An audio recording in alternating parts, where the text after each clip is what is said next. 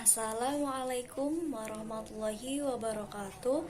Perkenalkan, nama saya Firly Yunizar, NIM 1120082 dari kelas HKIC. Pada kesempatan kali ini saya akan memberikan penjelasan dalam video untuk memperbaiki tugas ujian akhir semester pada mata kuliah hukum pidana.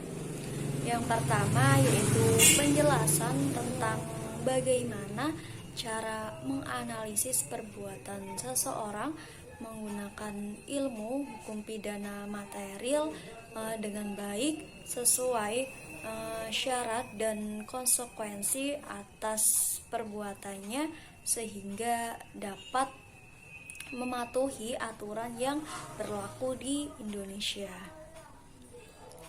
Cara menganalisis perbuatan seseorang menggunakan ilmu hukum pidana yaitu dengan perbuatan tersebut haruslah perbuatan yang dilarang dan diancam dengan pidana kepada subjek tindak pidana yang melakukannya. Dasar dari penentuan perbuatan dalam hukum pidana yang pertama yaitu dengan adanya suatu asas yang bernama asas legalitas, yang dimana diatur dalam pasal 1 ayat 1 KUHP yang berbunyi suatu perbuatan tidak dapat dipidana kecuali berdasarkan kekuatan ketentuan perundang-undangan pidana yang telah ada. Selanjutnya yaitu dengan rumusan undang-undang yang dimana ada unsur tingkah laku dan unsur perbuatan melawan hukum, yang artinya seseorang dapat berbuat delik atau bahkan tidak berbuat dalam rangkaian perbuatan serta tujuan dari perbuatannya yang bisa mengakibatkan unsur melawan hukum.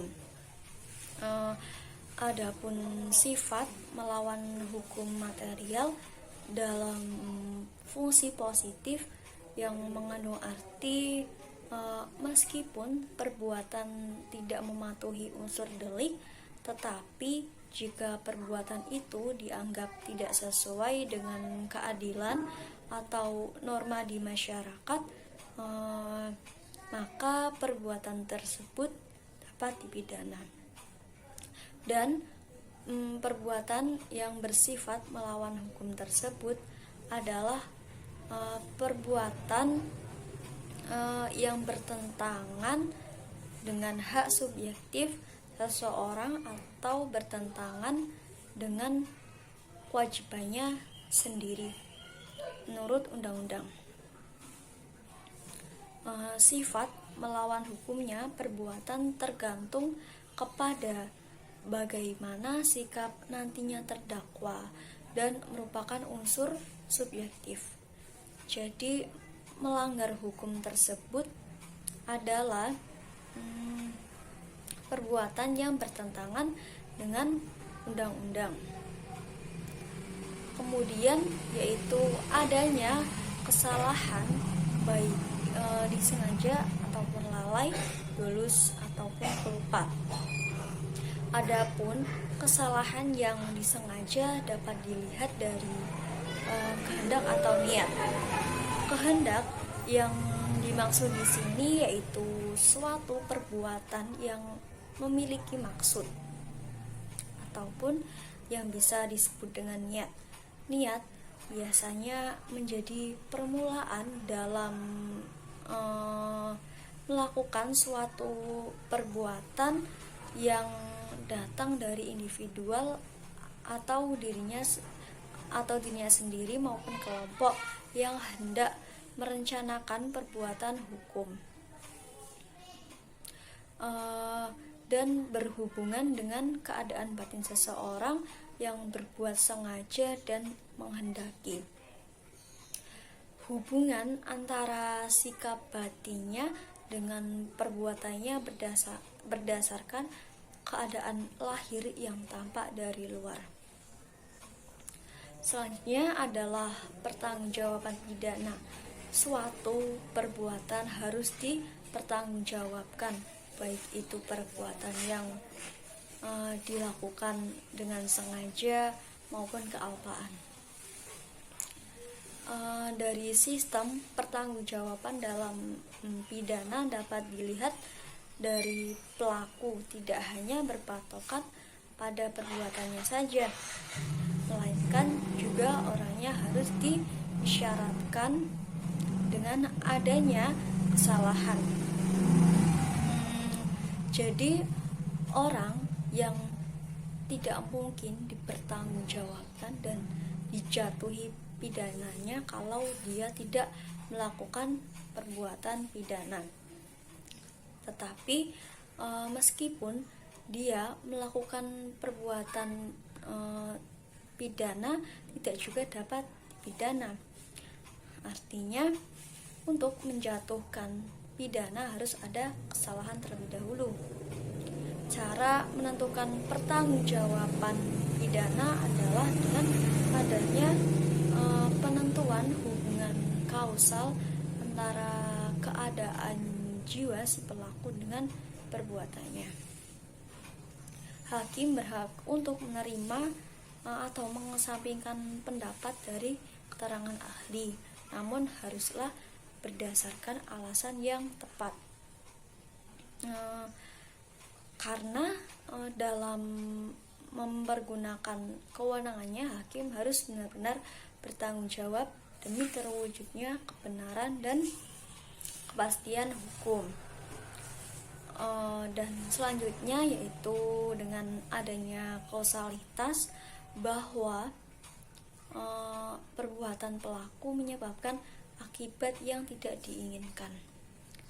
Kemudian teori kausalitas diperlukan untuk adanya hubungan objektif antara perbuatan manusia dengan akibat yang dilarang. Oleh karena itu, keberadaan teori yang sangat diperlukan untuk tindak pidana material dan tindak pidana yang dikualifikasikan oleh akibatnya. Kemudian, seseorang bisa saja melakukan tindak pidana karena adanya unsur paksaan. Dengan keadaan tersebut dapat ditinjau secara objektif karena munculnya sifat daya paksa yang datang dari luar si pelaku dan lebih kuat daripadanya, serta paksaannya tidak harus berbentuk paksaan yang mutlak. Perbuatan seseorang juga dapat dikatakan tidak selesai karena bukan semata-mata disebabkan oleh kehendaknya sendiri, namun berupa penghalang fisik. Hal tersebut dapat dikatakan mengandung unsur percobaan tindak pidana. Dalam unsur percobaan perbuatan pidana dapat dilihat dengan adanya niat dengan maksud sengaja dan adanya permulaan, pelaksanaan, serta tidak selesainya pelaksanaan tersebut. Hal itu bukan karena kehendaknya sendiri. Teori dasar percobaan perbuatan yang patut dipidana yaitu dengan teori subjektif yang dimana didasarkan pada sikap batin ataupun watak yang berbahaya dari seorang pelaku tersebut, dan didasarkan pada teori objektif yaitu perbuatan bahaya yang dilakukan oleh seorang pelaku, dan adanya teori campuran antara subjektif dan objektif yaitu didasarkan pada adanya sikap batin maupun watak berbahaya dari pelaku dan bahaya perbuatan yang dilakukan oleh pelaku.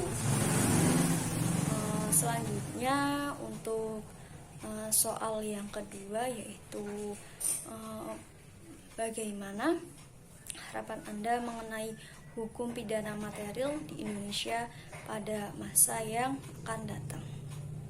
Harapan saya mengenai hukum pidana material di Indonesia pada masa yang akan datang yaitu dengan mengembangkan langkah-langkah kinerja hukum yang sistematis dan normatif dengan berusaha seoptimal mungkin agar bersifat penyempurnaan serta adanya pemikiran baru atas teori-teori hukum pidananya. Sekian yang bisa saya sampaikan. Apabila ada kesalahan atau tutur kata, saya mohon maaf. Kurang lebihnya terima kasih.